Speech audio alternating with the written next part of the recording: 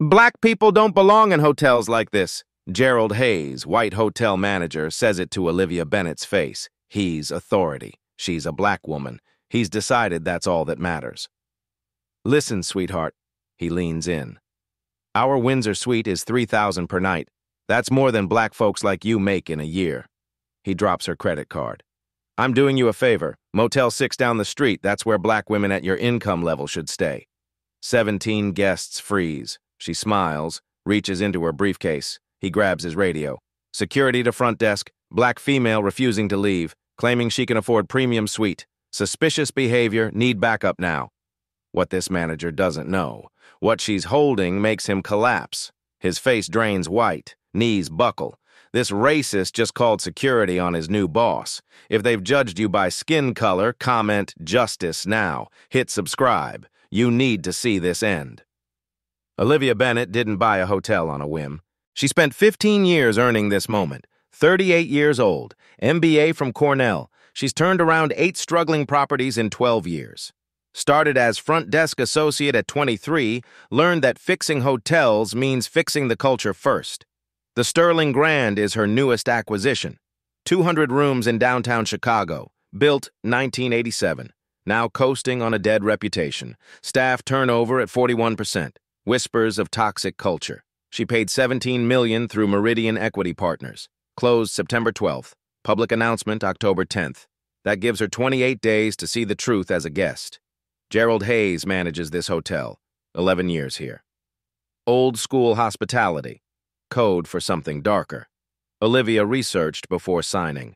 Found complaint logs going back 3 years. 6 complaints against Hayes, all involving guests of color. All resolved with quiet settlements totaling $324,000, all buried under NDAs. She knows about Patricia Woods, $85,000 to stay silent after Hayes questioned her credit card publicly.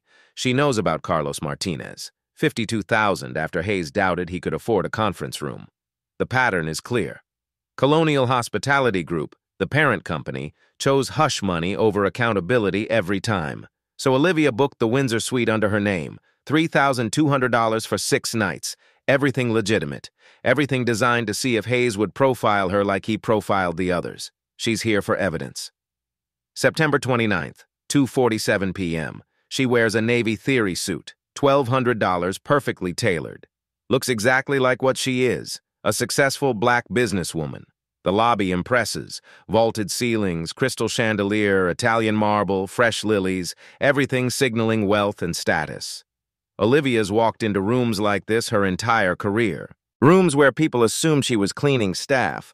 Boardrooms where they assumed she was taking notes, not leading meetings. She learned to document everything. Her iPhone records in her jacket pocket. Illinois allows one-party consent. Everything said becomes evidence.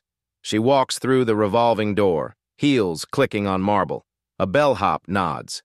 She approaches the front desk where Angela Cooper, 29, blonde, looks up professionally.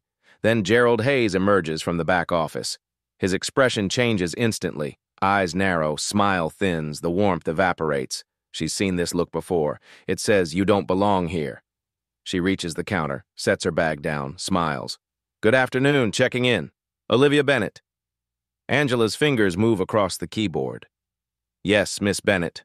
Windsor Suite for 6 nights. Gerald steps closer. Too close.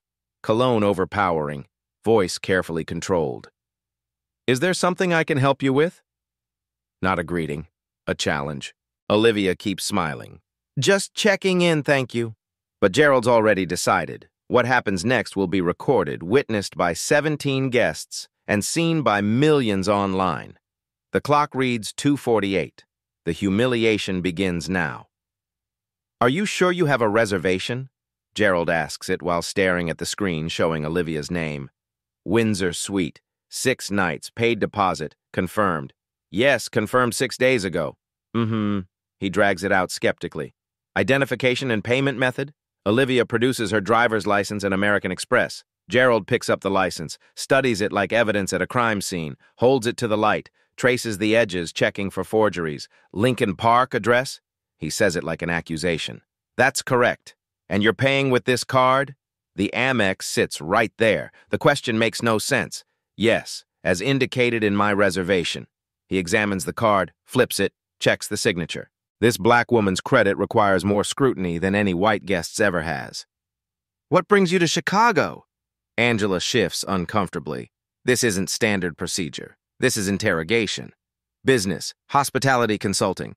His eyebrow raises. Disbelief. And you're staying 6 nights in our Windsor suite? Alone? That's correct. No company booking, no corporate account, personal travel. The lobby's filling, 3:15 crowd. A couple waits behind Olivia impatiently. A businessman glances up from his phone. 3 women near concierge pause their conversation. And who are you meeting here? I'm sorry? Who are you meeting? Each word deliberate. A woman doesn't book a $3,000 suite without a reason. The implication, sex work, scam, something illegitimate. I'm not meeting anyone. Property assessments. Property assessments. He mocks it. Which properties? Various Chicago hotels. Interesting. He picks up the desk phone. Doesn't dial. Angela, hold processing. I need to verify some things. Verify what? Olivia stays calm. My reservation exists. My ID is valid. My payment is active. Company policy requires additional verification for high-value reservations. Show me that policy. Silence. Because it doesn't exist. The couple behind Olivia whispers. The businessman watches fully now. 5 more guests notice. Phones stay pocketed, for now. Gerald speaks into the receiver he never dialed. Unusual request. Verification needed. Suite-level guest. Then he reaches for his radio. Click. Security to the front desk. The words drop like stones. Ripples of silence. Angela's face drains color. The couple steps back. The businessman lowers his phone. 3 women stop pretending they're not watching. You're calling security for a confirmed reservation? Standard procedure when something doesn't feel right. What doesn't feel right? My reservation, my ID, my card, or me? She lets that last word sit. Me. My blackness. Gerald doesn't answer. Watches the hallway. Olivia's phone records everything, every word, every pause, every assumption. 3 minutes pass. The lobby dies silent. Everyone watches. 2 security officers appear. Officer Daniels, 50-ish, black, professional. Officer Price, 30s, white. Gerald speaks before they arrive, loud enough for everyone. This black woman claims she has a reservation for our Windsor suite. I need verification. He said it. This black woman. Not this guest. Not Miss Bennett. 17 guests freeze. Some pull out phones, recording. Officer Daniels looks at Olivia, at Angela's screen, back at Gerald. His expression says, this is wrong. Gerald just made his racism everyone's problem. Officer Daniels keeps his voice professional.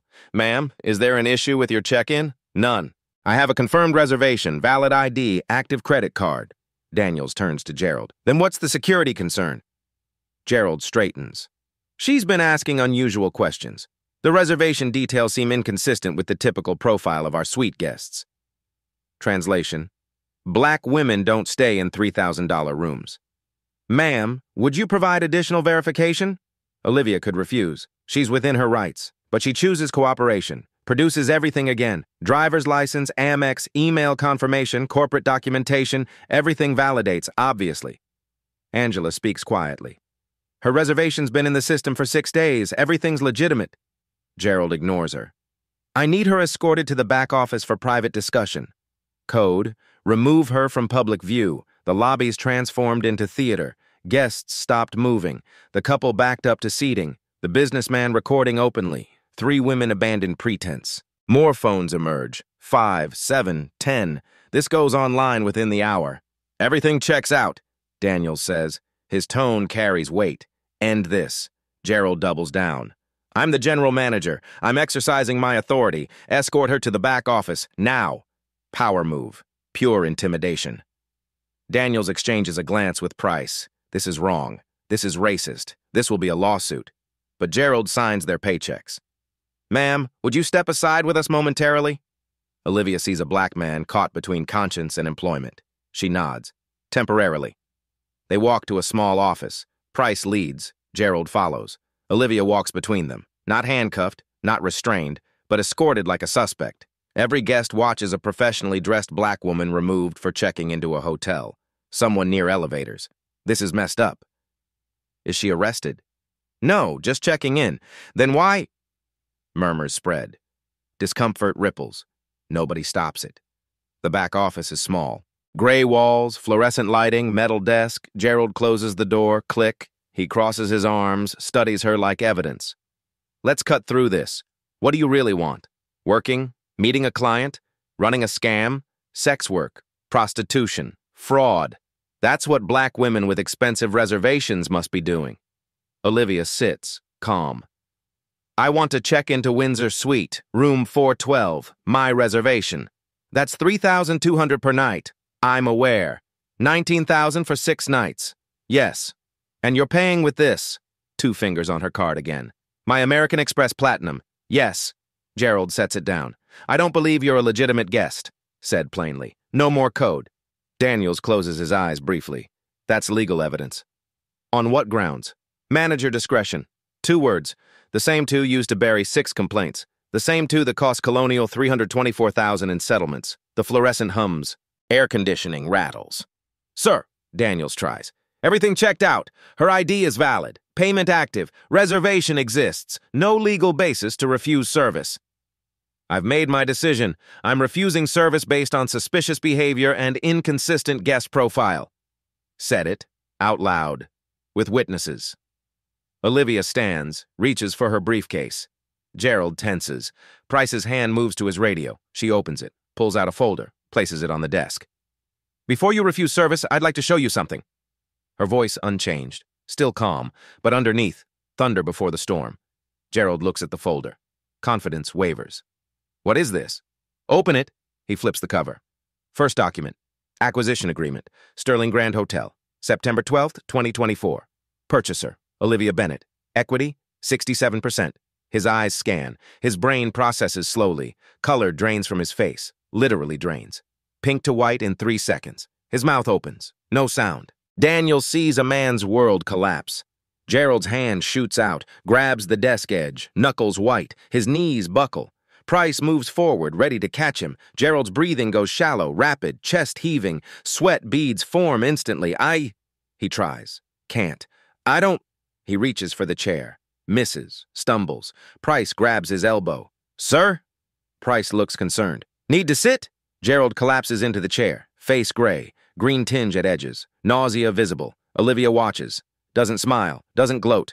Sir, need medical attention? Daniels asks. Gerald shakes his head weakly. Hands tremble, breathing shallow. Olivia places the second document. Email from Colonial. Subject, welcome to ownership team, September 12th. CC'd to all department heads, including Gerald Hayes. You received this 3 weeks ago. You skimmed it. Didn't read the name. Gerald stares, hand shaking. Third document. Her reservation, Windsor Suite. Olivia Bennett. I booked this to experience how your staff treats guests. You've given me quite an education, Mr. Hayes. Gerald tries to stand. Legs won't support. Sits back hard. Miss Bennett, I didn't... You were just what? Following protocol where you question black guests? Silence. Heavy. You're suspended. Effective immediately. Pending investigation into discrimination complaints. You're not... My equity stake says otherwise. I'll call Thomas Bradford in 5 minutes. Clear your desk. Gerald sits trembling, sweating, career ending in a windowless office. Olivia walks out, head high. Gerald emerges 30 seconds later, face pale, gait unsteady. Walks past 17 guests who watched him call security. Holy shit! Did you see his face? I recorded everything. Gerald doesn't look up. Heads to back offices where his career used to be. Angela hands Olivia her key card, barely containing awe. Windsor Suite, 4th floor. Enjoy your stay, Miss Bennett. As elevator doors close, Olivia finally exhales. Point proven. Real fight starts now. The elevator rises. 1, 2, 3, 4. Olivia leans against brass railing, adrenaline draining. Her hands stayed steady the entire time. 15 years of proving she belonged taught her that. The Windsor Suite, $19,000 for 6 nights. Gerald didn't think she could afford it. Gerald was wrong. The suite is beautiful. Living room, bedroom, marble bath, floor-to-ceiling windows overlooking Michigan Avenue. She sets her bag down. Looks at Chicago's skyline, September sun casting long shadows. Phone buzzes. Rachel Morgan, her attorney. Saw the lobby video, already viral, 2.3 million views. Call me. Olivia pulls up Twitter. Searches Sterling Grand Hotel. First video, 43 seconds. Gerald saying, "This black woman, loud enough for everyone." Officers arriving. Olivia escorted away. 2 hours ago. Caption, "Hotel manager profiles black woman. Watch her stay calm." Thread coming. 2.3 million views. 58,000 retweets. I've been this woman. Every black professional's nightmare. The way she stayed composed. Queen. Update. Someone said she owns the hotel. Manager's face when he realized. Chef's kiss. Second video, Gerald emerging, face pale, walk unsteady, voiceover. Bro looks like he saw a ghost. 300,000 views. Third video, Olivia at desk. Angela processing check-in. Caption, she got the room and his job. 400,000 views. Olivia opens her laptop, checks her secure drive. Gerald Hayes' file, 11 years, 7 complaints, 6 involving race, all settled with NDAs. Patricia Woods, 85,000. May 2022. Carlos Martinez, 52,000. November 2022. Jamal Thompson, 78,000. March 2023. Keisha Robinson, 61,000. August 2023. Raj Patel, 48,000. January 2024. Total, 324,000 in 18 months. Olivia Bennett, today, the one who wouldn't take money. Phone rings. Rachel. Tell me you recorded it. Every word. Voice recording. One-party consent. Beautiful. I'm getting calls from 3 former guests. They saw the videos, want to break NDAs, willing to testify. Who? Patricia Woods called directly. Watching your video gave her courage. Olivia closes her eyes. Patricia, whose silence enabled 5 more victims. What else? James Sullivan, night shift supervisor at Sterling. He's been documenting Gerald for 2 years. Physical evidence, photos, emails, ready to go public. Why now? Because you didn't take the settlement. He's been waiting for someone with power who wouldn't disappear. Olivia looks at the skyline. Sun lower, shadows longer. She could stop here. Fire Gerald, reform quietly, move forward, but 6 people took money and let the system continue. Set up meetings. Everyone who wants to talk, document their stories properly. Colonial has unlimited legal budget. They'll make this expensive. I'm sure. One more thing. Diane Foster from Chicago Tribune. She's been investigating Colonial for 6 months. Wants an interview. Olivia thinks about Gerald's face. His assumption she couldn't afford this room, couldn't own this building, couldn't have power over him. Tell Diane yes. Give her everything. Rachel pauses. This gets ugly. Personal attacks, threats. They already tried, in my lobby, with witnesses. They hang up. Olivia sits in her $19,000 suite watching Chicago transition to evening. Gerald suspended. Racism documented. Career ending. But that's not justice. That's one man. Justice is Colonial answering for $324,000 in hush money. Justice is 47 hotels changing policy. Justice is the next black woman not getting questioned. That's the fight. Olivia Bennett just declared war. Every racist isn't an anomaly. Every anomaly excused becomes a pattern. Patterns leave receipts. September 30th, morning after. Olivia wakes to 400 messages. The lobby video has 15 million views. Hotel manager calls security on black woman. She owns the hotel, trends nationally. Everyone has opinions. Olivia ignores them. Opens laptop, calls Rachel. We need to go deeper. Gerald's a symptom. Agreed. I've subpoenaed Sterling's employment records. You can authorize as owner. Do it. Everything from 5 years. By noon, Rachel delivers the first batch. Olivia spreads files across the Windsor Suites dining table. Employee Incident Report hash 2021-047, March 2021. Black male guest questioned. Hayes called security anyway. Resolution, internal coaching. Employee Incident Report hash 2022-034, May 2022. Patricia Woods. Hayes questioned credit card publicly. Settlement, $85,000, NDA signed, file sealed, first sealed settlement. First time Colonial chose money over accountability. 6 documented complaints in 4 years. 3 with settlements totaling $324,000. 3 with internal coaching producing no change. All 6 complainants, people of color, pattern established. Phone rings, unknown number. Miss Bennett? James Sullivan, night supervisor at Sterling. I need to talk about Gerald Hayes, about what I've documented. They meet in the hotel business center at 3 p.m. James is 31. White, nervous, carries a thick folder. I've worked here 4 years. Watch Gerald profile guests constantly. Reported up the chain. HR said I was oversensitive. Corporate told me to mind my business. He opens the folder. So I documented everything myself. 127 pages, printed emails, screenshots, photos of handwritten notes, witness statements from 12 staff, signed, dated, notarized. This is Gerald's watch list. James slides over a photo. Notepad in Gerald's handwriting. Names with coded descriptors. AAF, solo, suite. HM, cash payment, suspicious. AA means African American, James explains. H means Hispanic. Watch these guests more carefully. Olivia's jaw tightens. He kept this at the desk. In his office. I photographed it 6 months ago. More pages. Email chains Gerald to HR. From Gerald Hayes to HR Director date, March 17th, 2023. Subject. Guest situation resolved, handled Thompson's situation discreetly. Guest was insistent, but financial resolution achieved. Recommend maintaining current standards. Translation. Paid Jamal Thompson to go away. Let me keep profiling. From HR Director RE. Guest situation resolved, acknowledged. Legal will process. Going forward, loop in regional management before escalating to security. Translation, keep doing it. Be quieter. Corporate knew, Olivia says. Corporate encouraged it. James pulls another document. This is the smoking gun, internal memo. September 20th, 2024, 9 days before Olivia's incident. From Thomas Bradford, VP Operations, Colonial Hospitality 2. All general managers, 47 properties. Subject, guest experience standards, enhanced verification protocols. Effective immediately, GMs authorized to implement discretionary verification for reservations outside typical customer profile. Standard verification applies to first-time guests, non-corporate bookings, high-value reservations without established loyalty, guests whose presentation appears inconsistent with suite-level accommodations. Olivia reads it 3 times. Presentation inconsistent with suite-level accommodations, that's code. That's permission, James says. Corporate told every GM, profile guests who don't look wealthy. It's systemic. Phone buzzes. Diane Foster, Chicago Tribune. Can we talk? I've been investigating Colonial for 6 months. You have the platform. Let's expose this. Olivia meets Diane at a coffee shop. Diane's 44. Sharp. Portfolio stuffed with documents. I've interviewed 9 former Colonial employees, 4 settlement recipients willing to break NDAs. All same story.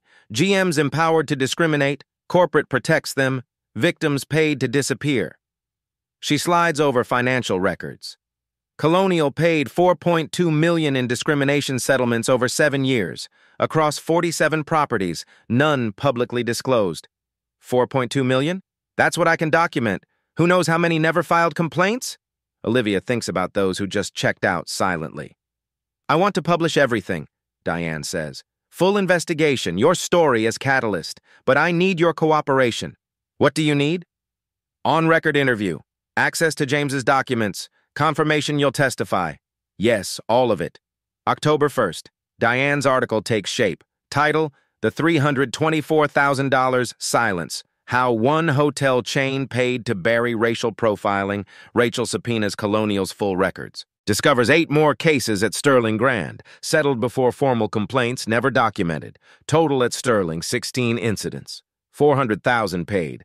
Patricia Woods calls Olivia. I saw your video, voice shaking. I took their money, $85,000, told myself it was practical, my daughter needed surgery. You did what you had to. But he kept doing it to others. I bought my silence and someone else paid. Pause. I'm breaking the NDA. I don't care if they sue. October 2nd, Rachel's office. Patricia gives deposition. Gerald picked up my credit card with 2 fingers like it was dirty. Said, this seems unusual for someone in your income bracket. I'd saved 2 years. He made me feel like a criminal. Carlos Martinez comes forward. He asked if I was sure I could afford the conference room. I'm a VP at a Fortune 500 company. He assumed I was catering, tech support, anything except running the meeting. Keisha Robinson joins. He questioned my medical credentials, asked if I was really a doctor, like black women can't be physicians. 3 settlement recipients breaking NDAs, choosing truth over silence. James adds his 127 pages. 12 staff provide supporting testimony. Angela confirms she watched Gerald profile for 2 years. I tried reporting it. HR said Gerald followed discretionary protocols. When I pushed back, they implied my job was at risk. The evidence stacks, pattern solidifies, receipts accumulate. September 29th, Olivia's incident. Video documented, 17 witnesses, 15 million views. September 20th, corporate memo authorizing discrimination, 2021 to 2024. 16 incidents at Sterling. 400,000 in settlements, 2018 to 2024. Colonial nationwide, 4.2 million, 47 properties. Systematic policy. This isn't Gerald being racist. This is Colonial empowering racism, protecting racists, paying victims for silence. October 3rd. Thomas Bradford, VP of Colonial, calls. Miss Bennett, we need to discuss this privately. I don't do private conversations about public discrimination. Gerald followed established protocols. His suspension is premature. We're prepared to offer resolution. What resolution? Reinstate Hayes with training. Provide you $250,000 for improvements. Joint statement about mutual misunderstanding. Translation. Take money. Stay quiet. No, Olivia says. You're making a mistake. We have significant resources. Legal teams will protect our brand. I have something better. Receipts. She hangs up. The counterattack begins. But Olivia has 16 victims, 4.2 million reasons, and a journalist about to publish everything. Silence ends now. The system doesn't go quietly. It hires lawyers, spins narratives, reminds you what you have to lose. October 4th, Colonial Hospitality Group releases a statement. We take all allegations seriously and have launched a comprehensive internal review. Mr. Hayes has been placed on administrative leave. Colonial Hospitality is committed to exceptional service to all guests regardless of race. We have zero tolerance for discriminatory behavior. We are cooperating fully with Miss Bennett during this transition. Zero accountability. Zero acknowledgement of pattern. Zero mention of 4.2 million. By noon, the counter-narrative begins. Hospitality Insider publishes, New hotel owner creates controversy days into acquisition. Anonymous quotes, clearly from Colonial. She conducted a sting operation on her own staff. Questions arise whether this was legitimate or orchestrated for publicity. The spin. Olivia's the problem. She provoked Gerald. She's inexperienced, aggressive, seeking a lawsuit. Victim becomes villain. Gerald Hayes hires an attorney, paid by Colonial's insurance. They send cease and desist to Diane Foster. Our client demands cessation of your planned article. Publication constitutes defamation. Mr. Hayes followed established protocols in good faith. Characterization of racial bias is false and actionable. They're threatening everyone. Journalist, settlement recipients, anyone who speaks. October 5th. One of Olivia's equity partners calls an emergency meeting. Richard Morrison, 63, old money, uncomfortable with controversy. This is bad for business. Hotels.com rating dropped. Bookings down 30%. Corporate accounts canceling. Because I exposed racism? Because you made it public. You could have handled this internally. Instead, you're starting a war. They spent $4.2 million covering discrimination. I don't care. My investors want returns, not controversy. This publicity kills bookings. Settle with Hayes. Settle with Colonial. Move forward. And let them keep discriminating at 46 other properties. Morrison leans back. That's not our problem. Your crusade costs us money. I'm pulling funding if you don't resolve this by October 10th. 5 days. Settle or I sell my stake. He leaves. The threat hangs. Olivia checks numbers. Morrison's right. October reservations down 28%. November cancellations totaling 190,000. Fighting racism is expensive when racists control the narrative. October 6th. Personal attacks begin. Social media harassment, doxing attempts. Home address posted on alt-right forums. Phone number leaked. Hundreds of threats. You people always play victim. Race baiting for attention. Go back where you came from. Death threats vague enough to avoid charges but specific enough to frighten. Her assistant quits. I'm sorry, I can't handle the harassment. Old colleagues distance. Professional contacts suddenly too busy. Nobody wants association with controversy. Isolation crushes slowly. Pressure from all sides. October 7th. Colonial plays their trump card. Gerald Hayes gives Fox News interview, coached, rehearsed, sympathetic. I've dedicated 25 years to hospitality. If my actions offended Miss Bennett, I sincerely apologize. I was doing my job. I follow the same protocols for everyone. Interviewer. Do you believe this is about race? I think Miss Bennett had an agenda. She walked in looking for a problem. Pause. Sad eyes. My career's destroyed over a misunderstanding. My family's suffering. Masterful manipulation. Gerald becomes sympathetic. Olivia becomes aggressive. Local news covers both sides. Hotel manager or target, debate continues. Shows Gerald's interview. Olivia's video. Experts debating whether managers have discretion.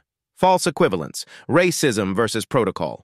Truth drowns beneath both sidesism. October 8th, 11 p.m., Windsor Suite. Olivia sits alone. Legal documents she can't afford. Hate mail that won't stop. The cost of speaking truth. 14 missed calls, half harassment, half press, none support. Financial dashboard shows red everywhere. Revenue down, bookings down, morale down. Fighting costs everything. Phone buzzes, her mother. Baby, is this worth it? You're losing everything. Is it worth it? She thinks about Patricia's voice. I took the money, and he kept hurting others. She thinks about 16 victims who took settlements and disappeared. She thinks about the next black woman who'll face the same profiling. She could settle. Take Morrison's advice. Save her business. Gerald's face flashes. His assumption she couldn't afford the room. His confidence calling security. His shock when reality shattered racism. That shock needs to be permanent. Olivia types email to Diane. Publish everything. I don't care about threats. I'll testify. Whatever it takes. Send. Another to Rachel. They want to fight. File complaints with Illinois Attorney General, EEOC, DOJ. Full investigation of Colonial's corporate practices. Send. She's about to lose investors, lose revenue, possibly lose her hotel. But staying silent costs more. Tomorrow tests that theory. There's a moment in every fight where you ask, am I strong enough? October 9th, 1:30 a.m. Can't sleep. The Windsor Suite costs $3,200 per night. Gerald said people like her don't stay here. Now she owns it and can't afford to keep fighting. Irony tastes bitter. She stands at floor-to-ceiling windows. Chicago sleeps below, lights glowing in darkness. Beautiful. Indifferent. The AC hums, distant elevator dings, city noise muted through glass. 15 years climbing. Every room she proved she belonged twice as hard. Every promotion questioned, every success whispered. Affirmative action, quota hire, lucky. And still, Gerald saw her and decided.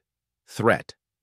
Phone sits on marble counter. 43 hate messages since midnight. Stopped reading at 20. Financial reports reviewed 4 times. October revenue down 31%. Corporate accounts canceling. Sterling Grand's reputation tanking because she refused silence.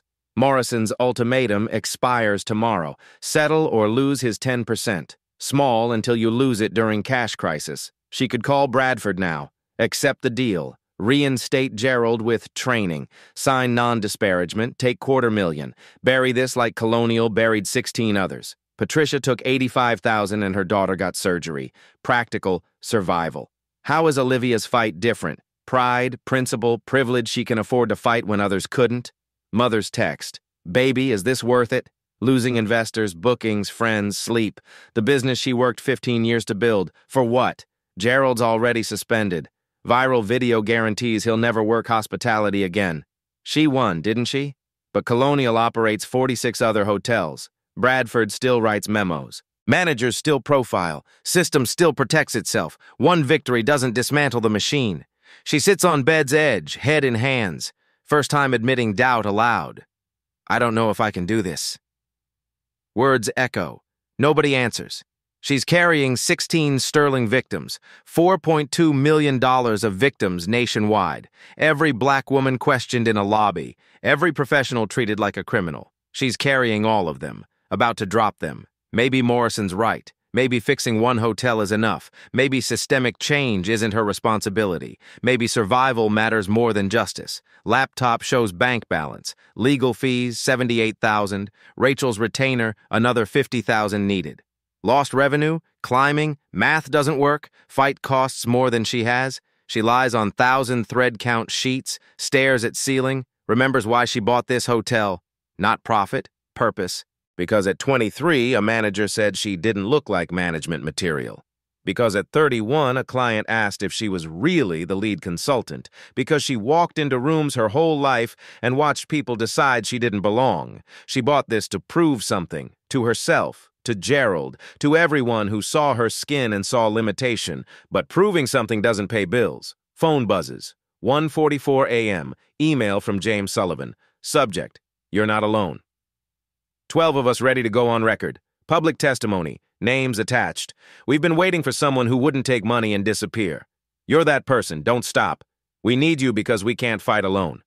Second email. 1:45. Patricia Woods. Subject. I broke my NDA talk to Tribune today. If Colonial sues, so be it. Tired of silence. Watching you refuse to take it gave me permission to speak. Thank you. Don't give up. For the next person. Third email. 1:48. Diane Foster. Subject. Article goes live tomorrow, 6 a.m. publication. Front page. This gets loud. Brace yourself. Thank you for not backing down. Olivia reads twice. Not alone. Never was. 12 staff risking jobs. Patricia breaking legal agreement. James documenting 2 years waiting for backup. They've been carrying this alone, waiting, until now. This isn't about Olivia's pride. It's about 12 voices finally able to speak. About Patricia choosing truth. About the next black woman being treated like she belongs. Can't do this alone. But she's not alone anymore. Olivia stands, walks to window. Chicago, still glowing. Texts Rachel. I'm in, whatever it takes. Texts Diane. Publish everything. Texts James. Thank you. Tell the others, together.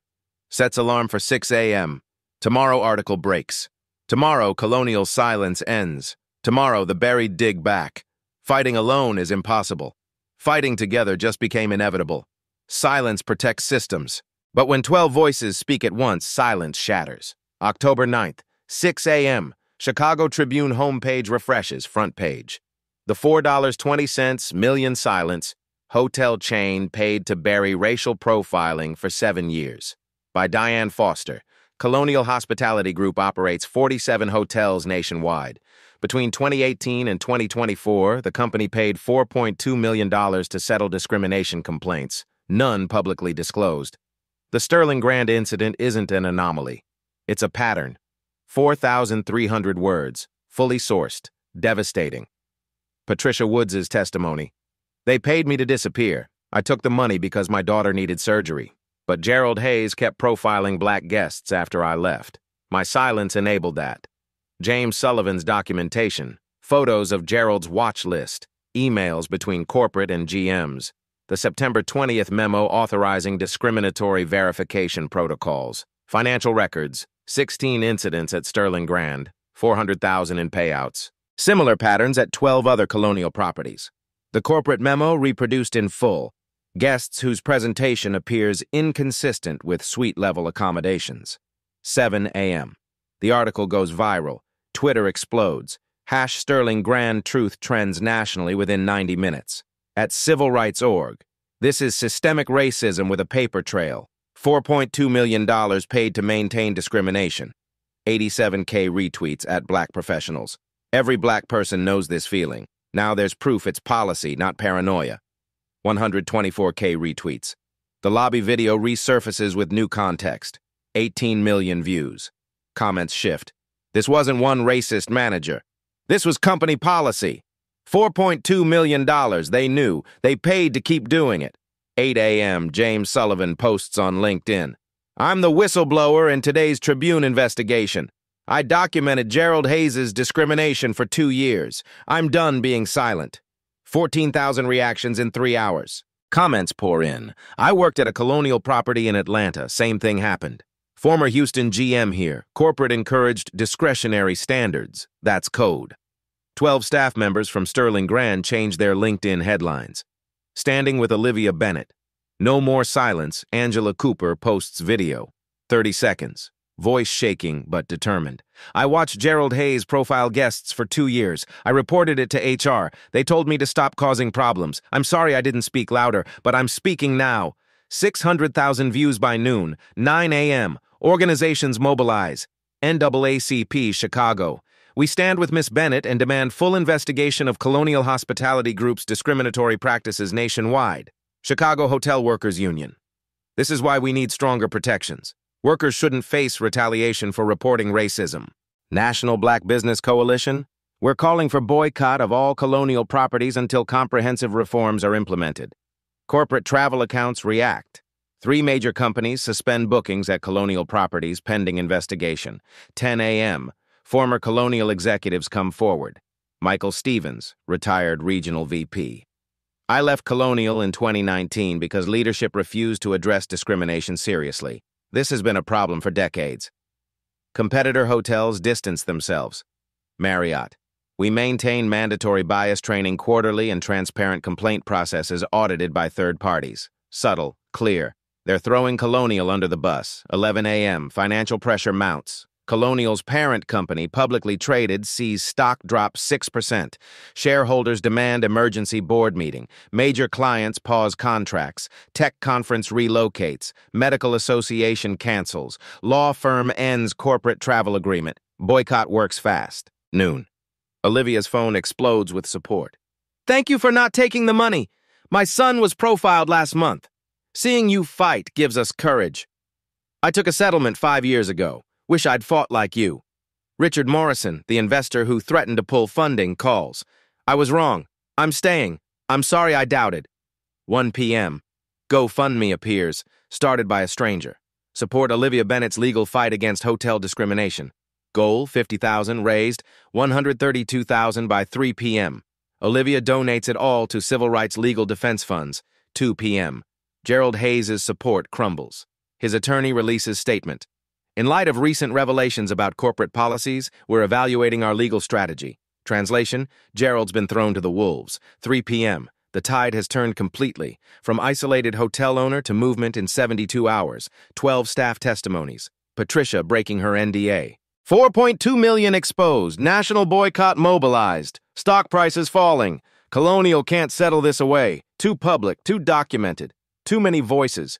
If you've ever been told you don't belong somewhere you had every right to be, drop a comment. Because Olivia's about to prove you're not alone. This is bigger than one manager, one hotel, one moment. Olivia stands in Windsor Suite watching her phone light up. Not fighting alone, never was. But the biggest receipt hasn't dropped yet, and when it does, Colonial goes from defending a manager to defending a conspiracy. They said it didn't exist. Then someone leaked the memo that proved they wrote it down. October 10th, 11:34 p.m. Diane Foster's email chimes. Anonymous sender encrypted. Subject, you need to see this one attachment. PDF, confidential, internal use only. She opens it. Internal memo. September 20th, 2024, 9 days before Olivia's incident.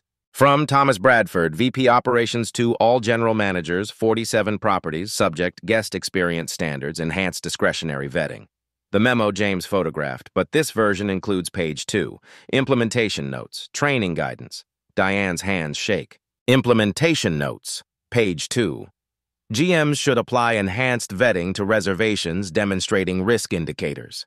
First-time guests booking premium accommodations. Reservations outside typical demographic profile for property location.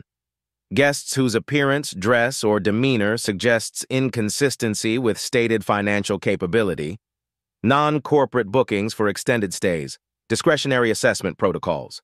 Request secondary identification beyond standard requirements. Inquire about employment, payment source, purpose of stay. Verify reservation authenticity through additional contact points.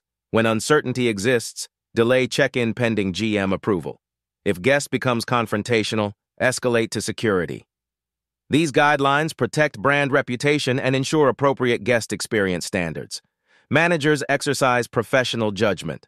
Document all security incidents. Authorized, Thomas Bradford, VP Operations approved, Catherine Reynolds, Chief Operating Officer, Legal Review, completed September 15, 2024.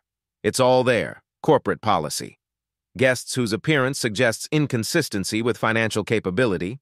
Typical demographic profile for property location. Coded language for question Black guests, Latino guests, anyone who doesn't look wealthy enough. And it's not just Bradford. The COO approved it. Legal reviewed it. This goes to the top. Diane calls Olivia. Midnight. I have it. The smoking gun. What? Page 2 of September 20th memo, implementation notes, explicit racial profiling as corporate policy, approved by C-suite. Diane emails the document. Olivia opens it, reads again. They put it in writing. They put it in writing. Distributed to 47 properties. This is conspiracy to discriminate. Olivia calls Rachel. 1 a.m. We file federal complaints immediately. Systemic discrimination with executive authorization. EEOC DOJ Illinois Attorney General. Based on what? Corporate memo explicitly instructing racial profiling. Approved by COO. Legal reviewed. Distributed company-wide. Rachel's silent, 3 seconds. Send it, now. October 11th, 6 a.m. Diane publishes follow-up. Hotel chain's secret profiling policy exposed in leaked memo. Full memo. Both pages reproduced. 7 a.m. National media. CNN. Hotel chain accused of systematic racial profiling policy. MSNBC. Internal documents show corporate authorization of guest discrimination. Washington Post. Colonial Hospitality's paper trail how racism became protocol. The memo becomes the story, not Gerald. Not one incident. Company policy. 8 a.m. Other colonial properties collapse under scrutiny. Atlanta. I'm a black doctor. They asked me 3 times how I was paying. White guests weren't asked once. Houston. Latino businessman. Front desk called my company to verify my position before giving me the conference room key. Phoenix. Asian American couple. Manager suggested we'd be more comfortable in a standard room instead of the suite we booked. Pattern across properties. Same protocols, same profiling, same corporate authorization. 9 a.m. Catherine Reynolds, Colonial's COO, issues statement. The referenced memo does not reflect Colonial Hospitality's values. The language was inappropriate and the policy has been rescinded. VP Bradford has been placed on administrative leave. We're conducting comprehensive review.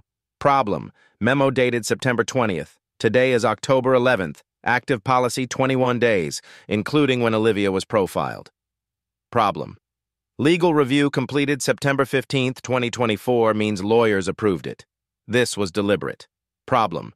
Someone inside Colonial's leadership leaked page 2. Someone knows this is wrong and wants accountability. 10 a.m. The leaker's identity surfaces. Christina Wallace, HR director, 15 years with Colonial, conscience broke. Statement through attorney, I couldn't stomach covering it up anymore.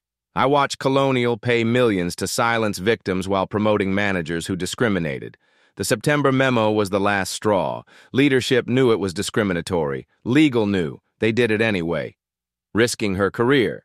Pension, legal retaliation. But she leaked evidence proving corporate conspiracy. Noon. Federal agencies respond. Illinois Attorney General announces investigation into Colonial Hospitality statewide. EEOC confirms reviewing complaints from multiple plaintiffs. DOJ Civil Rights Division. We're monitoring closely. 1 p.m. Shareholders revolt. Emergency board meeting. Stock down 14%. 3 institutional investors demand CEO resignation. Board member resigns. I will not be associated with a company that institutionalized racism.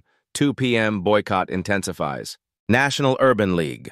No events at Colonial properties until comprehensive reforms verified. 300 organizations sign joint letter demanding Colonial sell all properties or implement independent oversight. 3 p.m. Gerald Hayes' defense evaporates. His attorney withdraws. In light of revelations about corporate policy, we cannot adequately defend Mr. Hayes' actions. Translation. Gerald followed discriminatory orders. He's liable, but so is everyone who gave those orders. 4 p.m. Olivia gives press conference. Hotel lobby. 20 reporters. This memo proves what we've been saying. It's not about bad apples. It's about the tree. Colonial created policy explicitly designed to discriminate. They trained managers to profile. They protected managers who did. Reporter. What do you want? Federal investigation, independent oversight, every settlement recipient released from NDAs, every discriminatory policy eliminated. Every executive who approved this, including COO and legal team, held accountable. Some say you're destroying the company. Olivia looks at camera. I'm not destroying the company. I'm destroying the racism the company built. If the company can't survive without discrimination, it doesn't deserve to survive. Clip goes viral. 40 million views in 12 hours. 5 p.m. Colonial Board announces CEO Catherine Reynolds resigned to pursue other opportunities. Translation? Fired. VP Thomas Bradford terminated for cause. 3 regional directors on administrative leave. Purge begins. 6 p.m. Olivia sits in Windsor suite. Exhausted, vindicated. The memo changed everything. Corporate conspiracy proven, paper trail documented. They wrote it down, now everyone can read it. Justice isn't just coming for Gerald Hayes. Justice is coming for everyone who signed that memo. Accountability isn't a backroom settlement. It's standing under oath and answering for what you did. October 12th, 10 a.m. Chicago City Council Chambers, Business Affairs Committee special hearing. 83 people pack the room. Media fills back rows. Cameras line walls, streaming live. 40,000 watching. Alderman Keisha Robinson, chair, gavels open. We're here because a woman was profiled in a business she owns, but this isn't about one woman. It's about whether Chicago tolerates systemic discrimination in our hospitality sector. First testimony, Olivia Bennett, 10:15 a.m., sworn in. She recounts September 29th. Facts only. Gerald's questions about her address, payment, purpose. Security called for confirmed reservation. Public humiliation. I was questioned because Mr. Hayes saw me and decided I didn't belong, not based on behavior, based on appearance. She introduces the memo. Reads aloud. Guests whose appearance suggests inconsistency with suite-level accommodations. I'm a black woman in a business suit with confirmed reservation and valid credit. What about my appearance was inconsistent besides my skin? Chamber goes silent. 6 people before me settled, took money, disappeared. I have privilege of ownership and resources. I'm fighting for those who couldn't. Second testimony, Patricia Woods, 10:35 a.m., hands trembling, voice strong. Gerald Hayes made me feel like a criminal. He held my credit card with 2 fingers like it was dirty, said it seemed unusual for someone in my income bracket. Pause, collects herself. I took $85,000 to stay quiet. Worst decision, not because of money, because people kept getting hurt. How many more Patricias took money and disappeared? Third testimony, James Sullivan, 10:50 a.m., presents 127-page documentation. Photos, emails, witness statements. I documented because no one in corporate would. They'd settle, forget, repeat. I'm a white man. When I reported discrimination, I was told I was imagining things. Imagine what black staff felt. Describes Gerald's watch list. Corporate encouragement, culture of silence. Fourth testimony, Gerald Hayes, 11:10 a.m., subpoenaed, attorney beside him. Gerald looks diminished, gray, defeated. Alderman Robinson, Mr. Hayes, did Miss Bennett exhibit suspicious behavior September 29th? She was asking questions. What questions? About elevators, suite amenities, normal guest questions? Long pause. Yes. Then why call security? Gerald looks at attorney. Attorney nods. I had a concern. Based on what? Silence. Based on what, Mr. Hayes? Instinct. That word, instinct. Bias admitted under oath. Robinson leans forward. Instinct based on what factor? Gerald says nothing. Was it her race, Mr. Hayes? Attorney. My client maintains he followed corporate protocols as outlined in September 20th memo. Those protocols contained discriminatory guidance.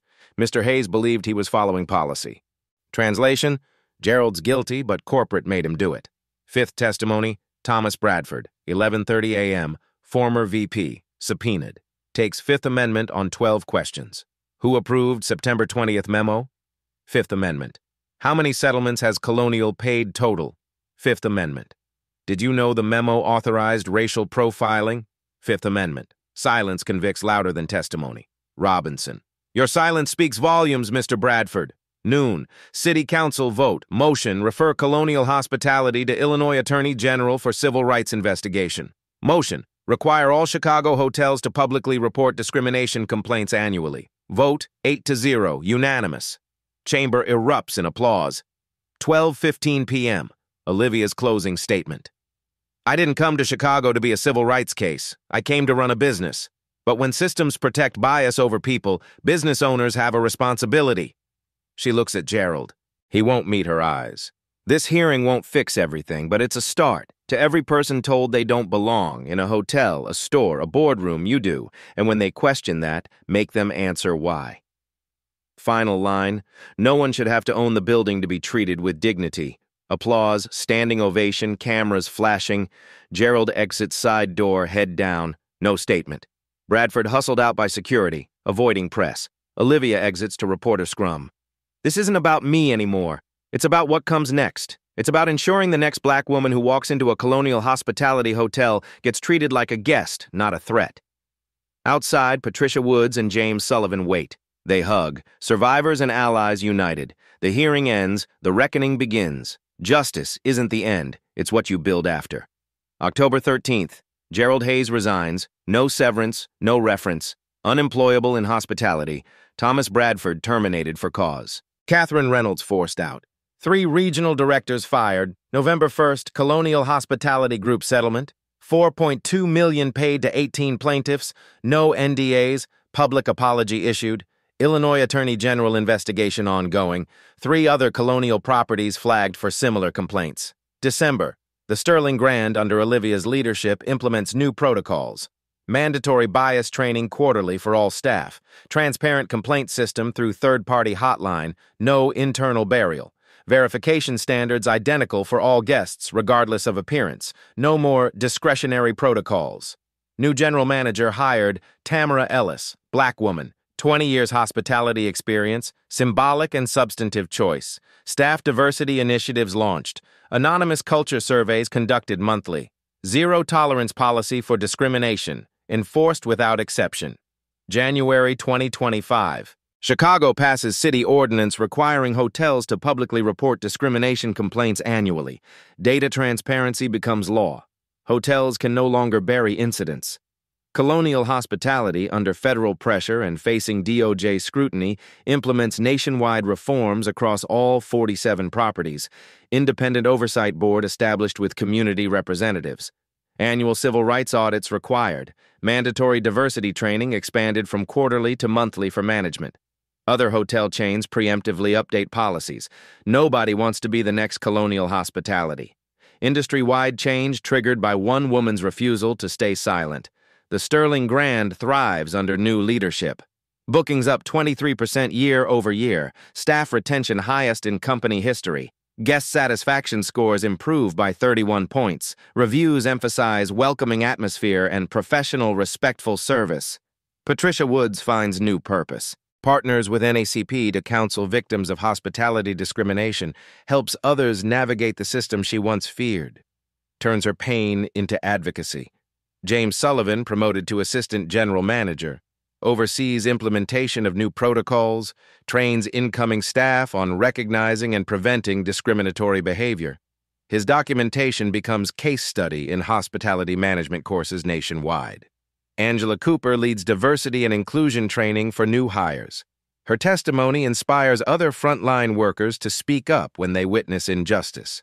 Olivia Bennett becomes national advocate, speaks at hospitality industry conferences about building inclusive workplace cultures.